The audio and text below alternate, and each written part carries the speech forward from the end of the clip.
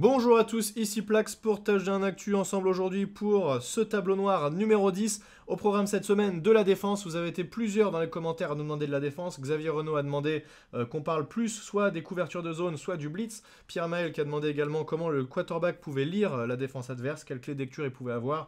Et Gilles Animal qui demande comment demande un jeu de défense également. Donc voilà, c'est chose faite aujourd'hui.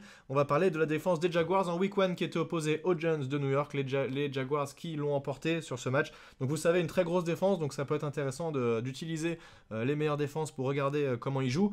Alors, que nous proposent les Jaguars avant le snap? Avant le snap, on a un cornerback Bouye qui est ici en haut de l'écran. On a Ramsey qui est ici en bas de l'écran avec un free safety qui est en profondeur et un corner ici qui a l'air d'être un homme à homme sur le receveur intérieur.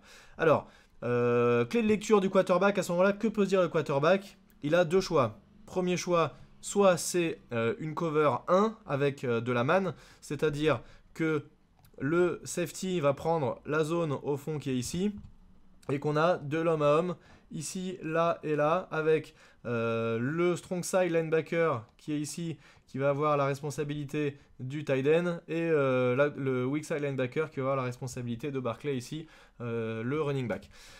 C'est pas ce qui va se passer ici. Ici, on va être en cover 3. Alors, cover 3, qu'est-ce que ça veut dire? Ça veut dire que Bouye, qui est en haut de l'écran, va reculer et venir prendre une zone profonde ici. Ramsey, qui est déjà pas en presse, hein, vous voyez, il a quasiment une dizaine de yards d'écart avec Beckham. Il va pareil, il va reculer, il va venir prendre une zone profonde ici. Le safety, free safety qui est ici, va garder sa zone en profondeur. Et les 4 linebackers qui sont devant, 4 linebackers, 3 linebackers plus un corner, vont se répartir les zones courtes. Donc ici, le corner qui est à gauche, qui peut aussi, dans certains cas, être un strong safety, ça peut aussi être le cas, mais ici c'est un corner. Dans une cover 3 classique, il va venir prendre la zone flat qui est ici. Idem pour le weak side linebacker qui va venir prendre la zone flat à droite, et les deux linebackers au milieu qui vont venir prendre les deux middle hook qui sont les zones ici et là. Est-ce que c'est comme ça que ça va se passer? Oui, je vais vous le montrer, on va avancer un tout petit peu le jeu. Donc on disait clé de lecture, le quarterback il va rapidement savoir, là il se dit cover 1, cover 3, il va tout de suite se dire cover 3 quand il va voir les deux corners partir comme des flèches au fond du terrain.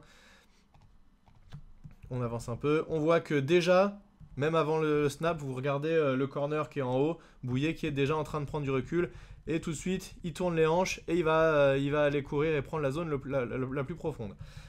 Idem pour Ramsey numéro 20 qui va prendre une zone profonde, et vous voyez les 3 linebackers plus le corner qui se répartissent les zones comme je vous l'ai indiqué à l'instant.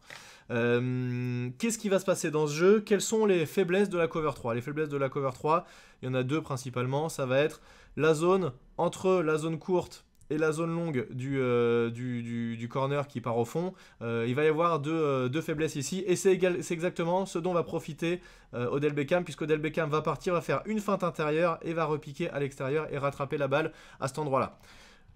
Grosse assignation, et l'assignation la plus importante des deux corners qui sont partis au fond, qui sont partis là et là, c'est qu'ils doivent être plus profonds que le plus profond des joueurs. On l'a déjà dit quand on a fait un jeu de défense en cover 2, il faut surtout pas que le safety qui prend la zone deep au centre et les deux corners qui prennent les zones profondes se prennent un ballon au-dessus de la tête et laissent le receveur les dépasser. C'est pour ça que vous voyez Bouye qui est en haut de l'écran, qui sprint lui également vers le fond du terrain, puisqu'il ne veut surtout pas que le receveur le prenne de distance et aille catcher la balle. Pourquoi? Parce que tout simplement, s'il rattrape un ballon au-dessus de sa tête, il n'y a plus personne derrière pour aller faire le plaquage, et c'est touchdown automatique. Donc quand on a des jeux longs comme ça qui viennent et qu'on est en cover 3, interdiction de se prendre un ballon au-dessus de la tête.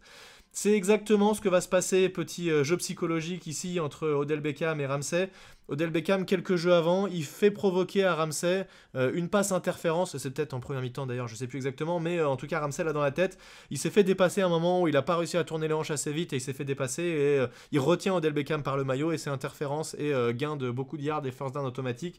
Et donc il n'a pas envie que ça se reproduise et il préfère prendre une zone longue.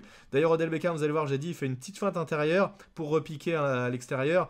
Quand Ramsey va voir la feinte intérieure, il va tourner un peu les hanches et il va se retrouver, finalement, il veut vraiment pas prendre de risque, il va pas du tout coller Odell Beckham.